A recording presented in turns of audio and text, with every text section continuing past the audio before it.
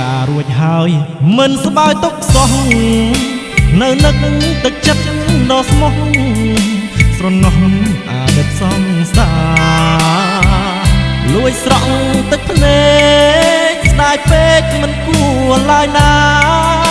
ចោលខ្មែរស្នេហ៍យូអេនស្អាតរៀបការនឹងសាំងដតី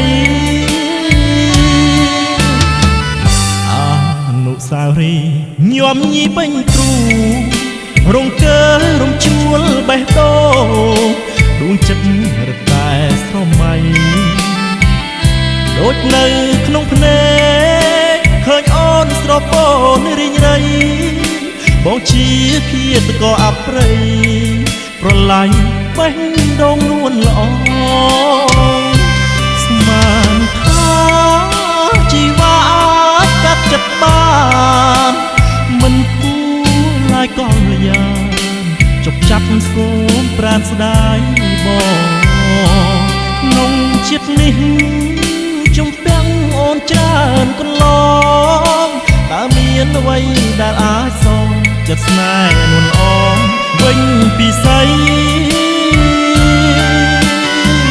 សារភាពកំហុសនាមប្រុសសាវា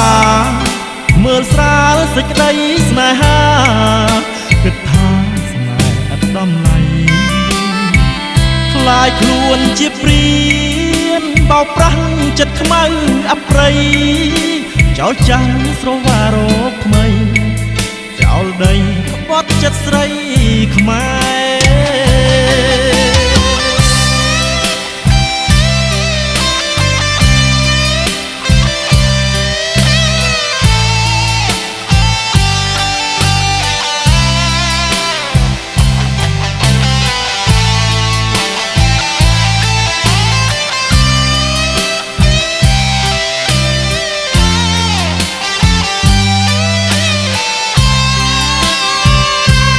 នេះជាការពិតមិនប្រឌិតទេប្រុសខ្មែរចោលដីខ្មែរក្បត់ស្នេហ៍ឥតពិចារណាក្បត់ខ្លួនឯងវង្វេងនឹងក្លិនដុល្លារចោលជាតិភ្លាតទាំងសាសនាប្រុសខ្មែររាជាគឺបង